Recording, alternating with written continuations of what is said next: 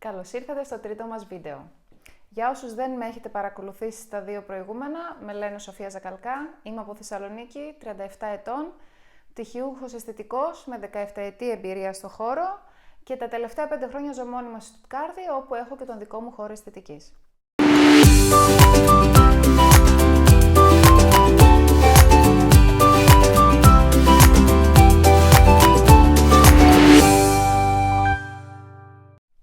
Το σημερινό θέμα της εκπομπής έχει να κάνει με την γύρανση, αντιγύρανση και θα ξεκινήσουμε να μιλάμε για αντιγυραντικές μεθόδους ξεκινώντας με τα peeling. Το σημερινό θέμα της εκπομπής μας είναι η αντιγύρανση. Για να πούμε όμως τι είναι η αντιγύρανση, πρέπει πρώτα να ξεκινήσουμε με το τι είναι η γύρανση. Άρα, η γύρανση χωρίζεται, και μιλάμε πάντα για την επιδερμική γύρανση, έτσι. Χωρίζεται σε δύο κατηγορίες. Στην βιολογική γύρανση, που αρχίζει και συμβαίνει από το 25ο της ηλικίας και έπειτα, το οποίο σημαίνει ότι αρχίζει και υπάρχει μία φυσιολογική φθορά και καθυστέρηση στην παραγωγή κολαγόνου και ελαστίνης, και στο ότι ο κυταρικός μας κύκλος αρχίζει πια να επιβραδύνεται και να μην είναι κάθε 28 μέρες όπως είναι μέχρι το 25ο έτος της ηλικίας μας, στο περίπου πάντα, έτσι. Αυτή λοιπόν είναι η φυσιολογική φθορά και όχι μόνο για το δέρμα μας, αλλά γενικότερα για τον οργανισμό μας. Άρα μιλάμε ουσιαστικά για βιολογική γύρανση. Από εκεί και πέρα υπάρχει η πρόωρη γύρανση. Η πρόωρη γύρανση προκαλείται από το λεγόμενο οξυδωτικό στρες. Τι είναι λοιπόν το οξυδωτικό στρες? Πολλοί έχετε ακούσει τον όρο ελεύθερες ρίζες. Οι ελεύθερες ρίζες είναι ασταθή άτομα τα οποία επιτίθονται στα υγιή κύτταρά μας και τα εκφυλίζουν, μη επιτρέποντάς τα ούτε να οξυγονωθούν σωστά, ούτε να τραφούν σωστά. Άρα, από εκεί και πέρα, άνθρωποι που είναι περισσότερο εκτεθειμένοι σε συνθήκες που δημιουργούν παραπανήσιο οξυδωτικό στρες, έχουν και μεγαλύτερες πιθανότητες για πρόωρη γύρανση. Και ποιοι είναι αυτοί οι παράγοντες? Πρώτος και καλύτερος είναι το κάπνισμα, αλκοόλ, η κακή διατροφή, το υπερβολικό στρες, η μη σωστή φροντίδα του δέρματός μας στο σπίτι, ο ήλιος, τα σολάριουμ, η μακροχρόνια χρήση φαρμάκων και πολλά άλλα. Όλοι αυτοί λοιπόν οι παραπάνω παράγοντες δημιουργούν περισσότερες ελεύθερες ρίζες στον οργανισμό, οι οποίες επιτίθενται όλο και περισσότερα υγιή κύτταρα του δέρματός μας, και όχι μόνο του δέρματός μας, αλλά ολόκληρου του οργανισμού. Άρα λοιπόν έχουμε μία καθημερινή αυξανόμενη επίθεση, την οποία θα μπορούσαμε να μην την έχουμε καθόλου, εάν εξαιρέσετε τους φυσιολογικούς καθημερινούς παράγοντες της βιολογικής γύρανσης, έτσι. Εάν κάποιος λοιπόν δεν καπνίζει, δεν πίνει, προσέχει τη διατροφή του και γενικότερα περιορίσει όλους αυτούς τους παράγοντες που δημιουργούν το οξυδωτικό στρες, όπως καταλαβαίνετε, αυτοί οι άνθρωποι λοιπόν θα γερνάνε φυσιολογικά, θα υπάρχει βιολογική γύρανση, αλλά δεν θα υπάρχει αυτή η επιπρόσθετη πρόωρη γύρανση. Τώρα, ένας πάρα πολύ σημαντικός παράγοντας που θέλω λίγο να εστιάσουμε, γιατί το συναντώ πάρα πολύ στις πελάτησές μου και δυστυχώς και εκεί υπάρχει πολύ κακή πληροφόρηση, είναι η φωτογύρανση. Η φωτογύρανση και αυτή ανήκει στην πρόωρη γύρανση. Με συγχωρείτε. Φωτογύρανση είναι η πρόωρη γύρανση που έχει προκληθεί λόγω εκτεταμένης έκθεσης στον ήλιο ή σε σολάριουμ. Αυτό μπορεί να συμβεί σε ανθρώπους που η δουλειά τους είναι η εκτεταμένη έκθεση στον ήλιο. Το καλύτερο παράδειγμα που μπορώ να σκεφτώ είναι οι άνθρωποι που είναι αγρότες, ταχυδρόμοι, γενικότερα άνθρωποι που είναι έξω και δεν προστατεύεται πρόσωπο, λαιμό και ντεκολτέ, γιατί αυτή η περιοχή είναι εκτεθειμένη όλο το χρόνο. Και φυσικά οι κυρίες που αγαπούν πάρα πολύ το μαύρισμα, όλοι το αγαπούμε το μαύρισμα, κάποιοι όμως το υπεραγαπούν, Αυτό σημαίνει ότι όταν πάνε στις καλοκαιρινές τους διακοπές είναι 10 ώρες κάτω από τον ήλιο, με ελάχιστη χρήση αντιλιακού, με πολλή χρήση λαδιού, το οποίο είναι απλά καταστροφή, ή πολύ έντονη χρήση των σολάριου, τα οποία σολάριουμ και αυτά με τη σειρά τους, η αλόγιστη χρήση τους δημιουργεί πάρα πολύ εκτεταμένες δερματικές βλάβες και θα το εξηγήσουμε σε λίγο γιατί πρέπει να γνωρίζετε. Το να κάνετε κάτι που δεν γνωρίζετε τις συνέπειες, δεν φταίτε. Αλλά από τη στιγμή που θα γνωρίζετε τις συνέπειες, είναι μετά η επιλογή σας κατά πόσον θέλετε να βλάψετε τον οργανισμό σας ή όχι. Και επειδή αυτό το θέμα, ειδικά εδώ στη Γερμανία με τα σολάριουμ, επειδή δεν έχουμε τον ήλιο εδώ πέρα που έχει η Ελλάδα, έχει καταντήσει, ας τολμήσω να χρησιμοποιήσω την έκφραση γελίο, έχει καταντήσει γελίο όλο το θέμα εδώ του μαυρίσματος, σε σημείο που αναρωτιέμαι, οι άνθρωποι εδώ δεν γνωρίζουν τι θα πει καρκίνος του δέρματος. Ας μου επιτρέψετε λοιπόν να πω και εγώ τη γνώμη μου σαν επαγγελματίας πάνω σε αυτό. Ας εξηγήσουμε λοιπόν τη φωτογύρανση. Για να έχουμε μάλλον δείγματα φωτογυρασμένου δέρματος, αυτό δεν συμβαίνει στιγμιαία. Είναι μια κατάσταση που εκδηλώνεται στο δέρμα αθροιστικά στα χρόνια και αυτό μπορεί να χρειαστεί και 10 και 20 και 30 και 40 χρόνια για να δημιουργηθεί η καταστροφική του συνέπεια. Τι σημαίνει αυτό? Όταν λοιπόν ξεκινάμε από την ηλικία των 20-25 να πηγαίνουμε τις καλοκαιρινές μας διακοπές, να ρουφάμε ήλιο με το παραπάνω όμως. Οκ, θα καούμε, θα ξεκαούμε και λέμε εντάξει, αυτό πέρασε. Το κάθε έγκαυμα που δημιουργείται καταρχήν, αλλά και όλη αυτή η περιόδης ακτινοβολία που απορροφάται από τον οργανισμό, δεν το ξεχνάει το δέρμα σας την επόμενη χρονιά. Μένει αποθηκευμένο στο DNA.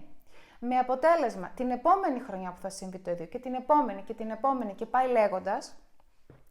Άρα λοιπόν στην ηλικία των 20, 25 και 30 δεν θα καταλαβαίνετε τη διαφορά. Ξαφνικά όμως μετά τα 30, 35, 40 θα ξυπνήσετε το πρωί και θα δείτε μια τεράστια διαφορά στο πρόσωπο για την οποία δεν είχατε καμία ιδέα. Τώρα έχετε. Τώρα λοιπόν που έχετε ιδέα είναι επιλογή σας. Γι' αυτό θέλω να μείνω σε αυτό το θέμα.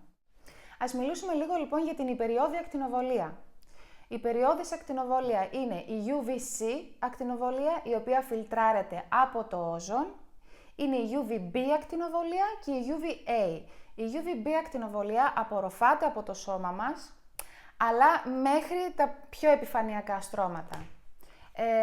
Δεν μας δημιουργεί πολύ μεγάλη ζημιά. Η UVA ακτινοβολία είναι η ακτινοβολία την οποία εκπέμπουν τα σολάριουμ, γιατί σχεδόν μόνο UVA έχουν. Είναι αυτή που μπορεί να περάσει και τα σύννεφα, να περάσει και το τζάμι, να περάσει και το δέρμα μας και να φτάσει μέχρι και το χώριο, δηλαδή πάρα πολύ βαθιά, μέχρι και το λιπόδι ιστό μπορεί να φτάσει η UVA, η οποία δημιουργεί ανεπανόρθωτες βλάβες στο DNA του δέρματός μας και είναι αυτή που είναι υπεύθυνη και για τον καρκίνο του δέρματος. Άρα λοιπόν, όλη αυτή η υπερέκθεση που νομίζετε ότι κάνω σολάριουμ και δεν κοκκινίζω, το ότι δεν κοκκινίζετε από το σολάριουμ δεν είναι ότι είναι καλύτερο. Το ότι δεν κοκκινίζετε από το σολάριουμ είναι ότι λείπει UVB. Είναι ότι λείπει η υπέρυθρη ακτινοβολία, η οποία μας ζεσταίνει. Όμως η UVA ακτινοβολία, η οποία είναι υπεύθυνη για το μαύρισμα, είναι υπεύθυνη για τον καρκίνο του δέρματος, είναι υπεύθυνη για τη φωτογύρανση, είναι εκεί και στο σολάριουμ. Εγώ δεν σας λέω να μην χρησιμοποιείτε. Για άλλη μία φορά θα πω παν μέτρων άριστον. Σε όλα χρειάζεται μία ισορροπία. Όχι κατάχρηση. Θέλω να σας ζητήσω συγγνώμη αν είμαι λίγο επιθετική. Τώρα αυτό εδώ λέμε με τη συνεργάτηδά μου και γελάμε. Νιώθω ότι βγαίνω λίγο επιθετική. Η αλήθεια είναι ότι είναι ένα θέμα που ξεπερνάει την αισθητική. Ξεπερνάει, δηλαδή είναι ένα θέμα πολύ σοβαρό υγείας. Είναι ένα θέμα που αντιμετωπίζουμε τόσο πολύ. Είναι ένα θέμα που δεν ξέρω αν υπάρχει ελλειπής πληροφόρηση ή αν απλά δεν θέλουμε να ακούμε. Πάντως είναι ένα θέμα που είναι πολύ ευαίσθητο. Οπότε συγχωρήστε άμα βγαίνω λίγο επιθετική. Το κάνω μόνο για το καλό σας, για κανέναν άλλο λόγο. Λοιπόν, πώς φαίνεται το φωτογυρασμένο δέρμα. Και νομίζω ότι με το που θα σας πω 2-3 πράγματα όλοι θα το καταλάβετε, γιατί όλοι έχετε δει. Καταρχήν, στο φωτογυρασμένο δέρμα, το χρώμα που έχει το πρόσωπο αλλά και ο λαιμός και το ντεκολτέ, πάντα μιλάμε και για τις τρεις αυτές ζώνες, είναι εκείνο το κοκκινοκαφέ, όχρα, καμένο.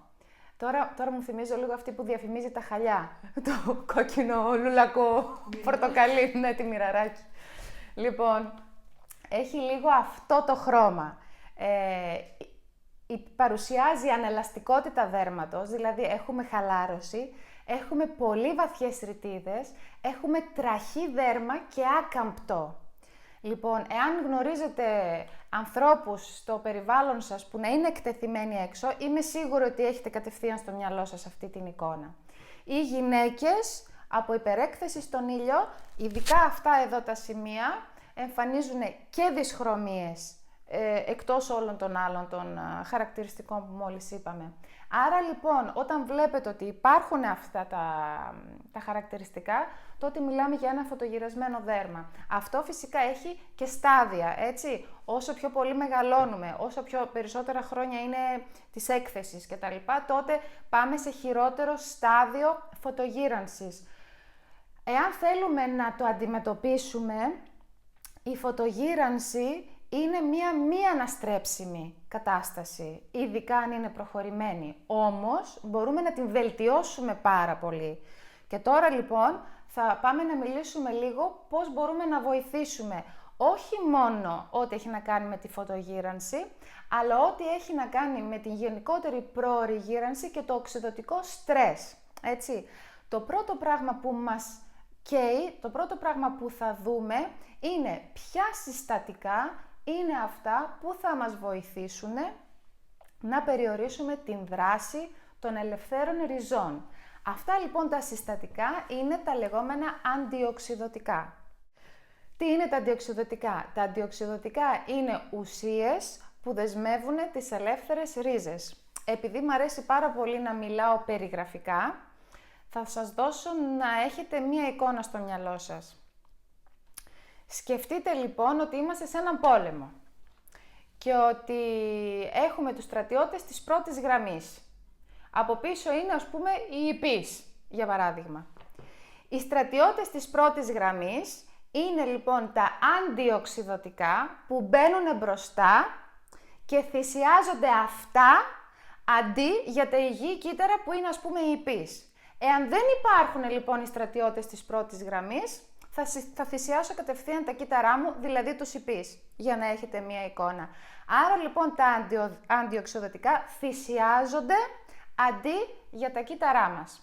Όσα περισσότερα αντιοξυδωτικά χρησιμοποιείτε, τόσο καλύτερο. Και αντιοξυδωτικά μπορούμε να πάρουμε ως επιτοπλίστων μέσω της διατροφής, αλλά και με σκευάσματα όπου μπορούν να τοποθετηθούν τοπικά. Αλλά φυσικά για ανθρώπους που καπνίζουν και πίνουν και τέλος πάντων είναι πολύ εκτεθειμένοι σε καταστάσεις οξυδωτικού στρες, δεν φτάνει μόνο βέβαια το δέρμα, γιατί εδώ μιλάμε γενικότερα για την υγεία, πρέπει να έχουν μία διατροφή πλούσια σε αντιοξυδωτικά. Τα πιο διαδεδομένα αντιοξυδωτικά είναι βιταμίνη Ε, βιταμίνη Σ, το λικοπένιο, μισό λεπτό γιατί δεν τα θυμάμαι κιόλας. Ναι. Το β-καροτένιο και η βιταμίνη Α. Είναι από τα πιο σημαντικά στις μεγαλύτερες ποσότητες. Λοιπόν, βιταμίνη Σ και βιταμίνη Α, εκτός από το να τις πάρουμε δια του στόματος, είτε μέσω της διατροφής, είτε μέσω συμπληρωμάτων κτλ., όταν μιλάμε για το δέρμα, μπορούν να χρησιμοποιηθούν και με τη μορφή ορού ή ελαίου κατευθείαν στο δέρμα. Να γνωρίζετε ότι η βιταμίνη Σ είναι συνήθως σε μορφή ορού. Είναι μια πάρα πολύ ακριβή πρώτη ύλη, άρα όταν πάτε και αγοράζετε κρέμες πάμφθινες ή ορούς πάμφθινους που λένε ότι είναι με βιταμίνη Σ, η περιεκτικότητα που περιέχεται μέσα είναι τόσο απειροελάχιστη που δεν θα δείτε καμία διαφορά. Ένα σοβαρό σκεύασμα βιταμίνη Σ είναι ακριβό. Είναι ακριβό γιατί για να παράγουν τη βιταμίνη Σ είναι πολύ ακριβή πρώτη ύλη. Έτσι. Όταν λοιπόν έχουμε ένα προϊόν με βιταμίνη Σ, το χρησιμοποιούμε το πρωί. Γιατί η βιταμίνη C είναι αυτή που θα πεθάνει αντί για τα κύτταρά μας έξω και είναι και φωτοπροστατευτική. Η βιταμίνη Α, επειδή ρυθμίζει τον κυτταρικό κύκλο, δεν πρέπει να φοριέται το πρωί, γιατί μπορεί σε αντίδραση με τον ήλιο να μας δημιουργήσει δυσχρωμίες και φωτοευαισθησίες. Είναι σε μορφή ελαίου, ως συνήθως, και φοριέται μόνο το βράδυ. Άρα, βιταμίνη C το πρωί, βιταμίνη Α το βράδυ. Και φυσικά, όσο το περισσότερο κατανάλωση αντιοξυδωτικών. Όσον αφορά και την πρόληψη, είναι πάντα και τα αντιλιακά μέσα, έτσι. Κατάλληλη επιλογή αντιλιακού και σωστή τοποθέτηση αντιλιακού. Το να βάλουμε ένα αντιλιακό το πρωί, να βγούμε έξω, ξέρω εγώ, στις 8-9 η ώρα και να νομίζουμε ότι μέχρι τις 1, 2, 3, 4 ώρα εμείς έχουμε αντιλιακό επάνω μας, είναι εντελώς λανθασμένο. Το αντιλιακό, για να έχει σωστή κάλυψη, πρέπει να τοποθετηθεί σε ένα αρκετά καλό στρώμα, παντού, και ανά 2 ώρες περίπου θέλει ανανέωση. Ειδικά όταν υπάρχει έντονη εφίδρωση το καλοκαίρι και φυσικά αν είμαστε και στη θάλασσα, ακόμα πιο σύντομα. Οπότε, να μην έχουμε λανθασμένη αντίληψη ότι μα φοράω αντιλιακό, αλλά ας πούμε έχω βγάλει δυσχρωμίες. Το θέμα είναι και πώς φοράτε το αντιλιακό, όχι μόνο ότι φοράτε αντιλιακό. Και αφού είπαμε λοιπόν τι είναι η γύρανση, τι είναι η φωτογύρανση, τι είναι η πρόωρη γύρανση, προσπαθώ να τα λέω έτσι πολύ περιεκτικά για να μην σας κουράζω. Ας αρχίσουμε να μιλάμε από εδώ και πέρα και γενικά και στα επόμενα βίντεο θα ασχοληθούμε με αυτό, τρόπους αντιμετώπισης, κοινώς τρόπους αντιγύρανσης. Σήμερα λοιπόν το πρώτο πράγμα που θα πούμε, από τα πιο βασικά για μένα, είναι οι διάφοροι μέθοδοι απολέπισης, peeling. Υπάρχουν λοιπόν, συνήθως ως επιτοπλίστων, υπάρχουν 2 μεγάλες κατηγορίες peeling. Είναι τα μηχανικά peeling και τα χημικά peeling. Και μια μικρή υποκατηγορία είναι και τα ενζυμικά peeling. Λοιπόν, μηχανικά peeling λέγονται έτσι γιατί έχουν να κάνουν με την μηχανική κίνηση που γίνεται για να δημιουργήσουμε το αποτέλεσμα της απολέπισης. Αυτό μπορεί να είναι από ένα απλό σκραπ με κόκκους που έχετε στο σπίτι, το οποίο πρέπει να κάνω εγώ αυτή την μηχανική κίνηση για να έχω την απομάκρυνση των νεκρών κυττάρων, μέχρι πιο εξειδικευμένα εννοείται για χώρους αισθητικής, τις λεγόμενες δερμοαποξέσεις.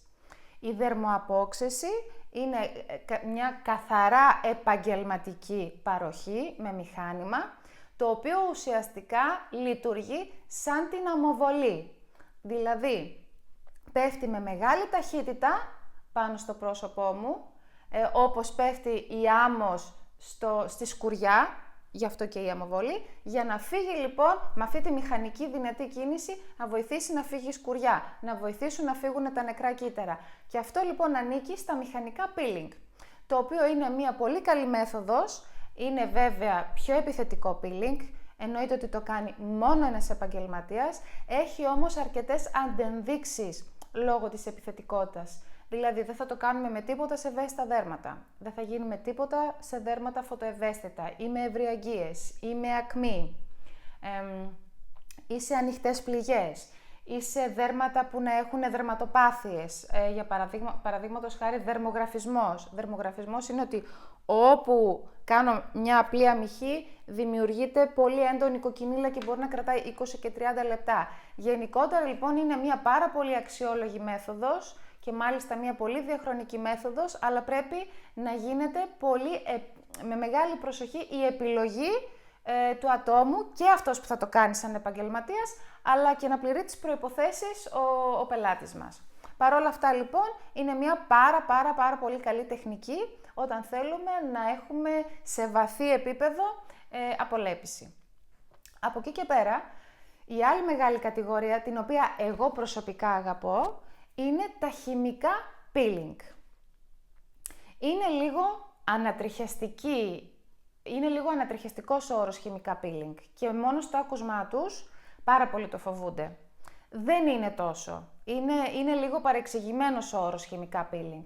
Χημικά peeling λέγονται γιατί η απολέπιση δεν γίνεται δια της τριβής, αλλά λόγω της χημικής διαδικασίας που γίνεται και ουσιαστικά, θα το πω, λιώνει το κεράτινο κύτταρο, το νεκρό κύτταρο, λόγω της σύνθεσης του σκευάσματος και όχι λόγω της τριβής.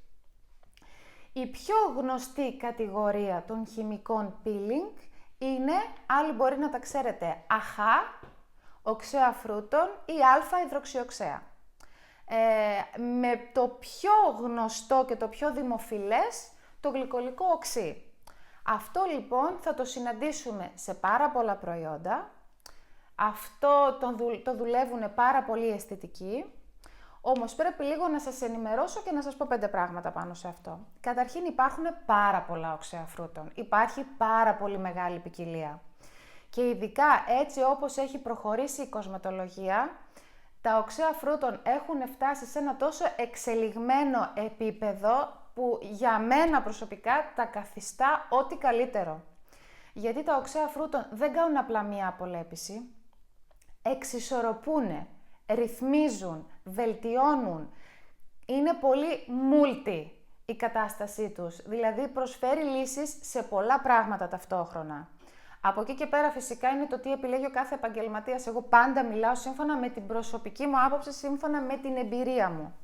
Λοιπόν, δεν είναι μόνο λοιπόν το γλυκολικό οξύ. Υπάρχουν άπειρα.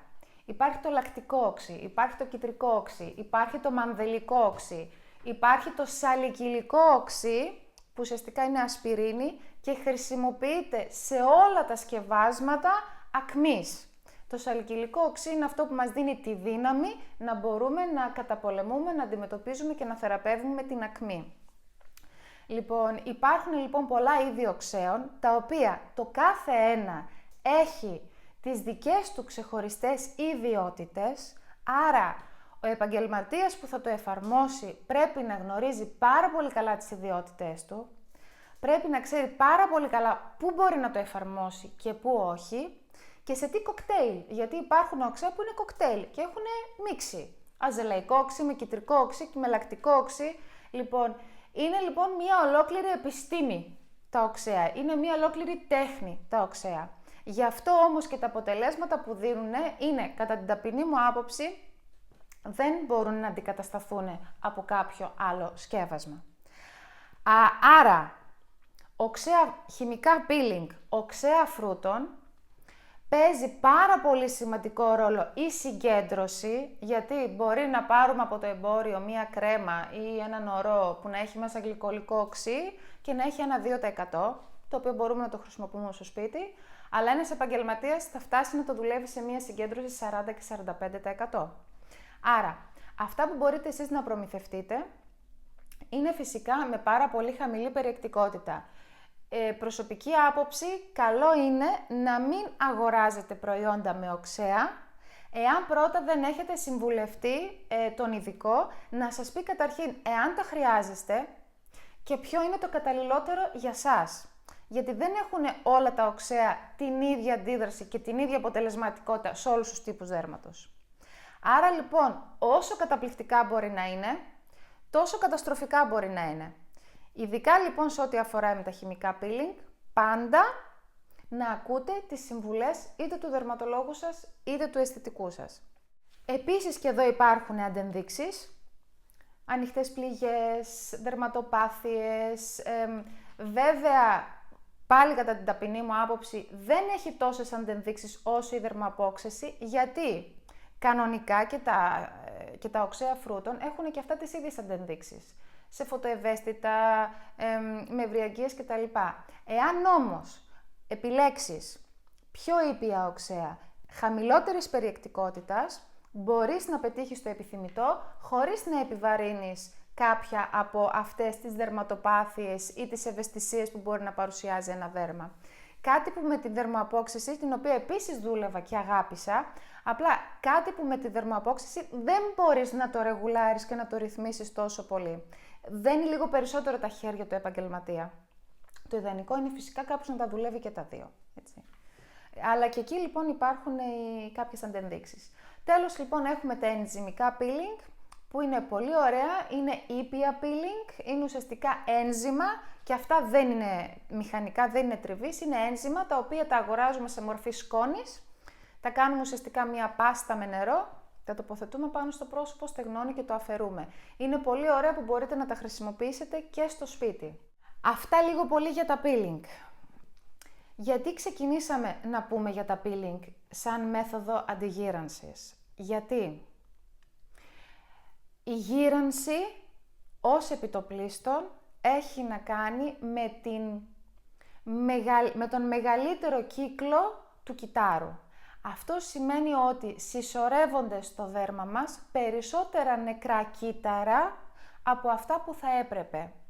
Για να μπορέσουμε λοιπόν να διατηρήσουμε μία καλή αναλογία, μία καλή ισορροπία στην κεράτινή μας τη βάδα, στην εξωτερική μας τη βάδα, δηλαδή στην επιδερμίδα μας, πρέπει να χρησιμοποιούμε κερατολιτικά προϊόντα, peeling δηλαδή, ανάλογα την περίπτωση κτλ.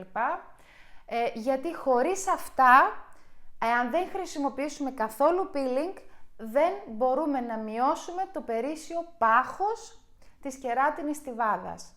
Άρα είναι λοιπόν μία διαδικασία απαραίτητη, είναι μία διαδικασία αναγκαία και όχι μόνο στο πρόσωπο, αλλά και στο σώμα. Και στο σώμα χρειάζεται να κάνουμε peeling. Το πιο βασικό πράγμα λοιπόν που πρέπει να κάνουμε, το α, το νούμερο 1, είναι να φροντίζουμε έτσι ώστε να υπάρχει ένας αρμονικός κυταρικός κύκλος. Γι' αυτό λοιπόν ξεκινάμε και εξηγούμε λοιπόν για τα διάφορα peeling. Από εκεί και πέρα υπάρχουν διάφορες άλλες μέθοδοι και τεχνικές. Φυσικά οι μέθοδοι που θα αναπτύξουμε αργότερα στα επόμενα βίντεο έχουν να κάνουν με μέθοδοι πια που γίνονται αποκλειστικά σε χώρους αισθητικής, έτσι, όχι πράγματα που μπορούμε να κάνουμε μόνοι μας. Όπως θα μιλήσουμε για την ενέσιμη μεσοθεραπεία, θα μιλήσουμε για ραδιοσυχνότητες, θα μιλήσουμε λοιπόν για όλες τις τελευταίες τεχνολογίες μη επεμβατικές μεθόδους αντιγύρανσης. Σήμερα λοιπόν πήραμε μία γεύση με το νούμερο 1, τα peeling, και την επόμενη φορά θα μιλήσουμε για τη μεσοθεραπεία. Αυτά θα ξαναπώ. Εάν σας άρεσε το βίντεο, μπορείτε να κάνετε like, να κάνετε κοινοποίηση, να το δούνε όσο το δυνατόν περισσότεροι άνθρωποι, γιατί μπορεί πραγματικά να βοηθηθούν. Θέλω να πιστεύω ότι αυτά που λέω είναι περιεκτικά και βοηθητικά. Οτιδήποτε και αν χρειαστείτε, μπορείτε να μου κάνετε ένα σχόλιο ακριβώς κάτω από την εκπομπή ή να με βρείτε στο group μου στο Facebook, στο Thea Cosmetic Studio, και να μου στείλετε ένα προσωπικό μήνυμα με τα σχόλιά σας, με φωτογραφίες, άμα θέλετε να δούμε κάτι και να συζητήσουμε. Στη διάθεσή σας. Συγγνώμη άμα ήμουν επιθετική άλλη μία φορά. Μέχρι την επόμενη φορά. Γεια σας!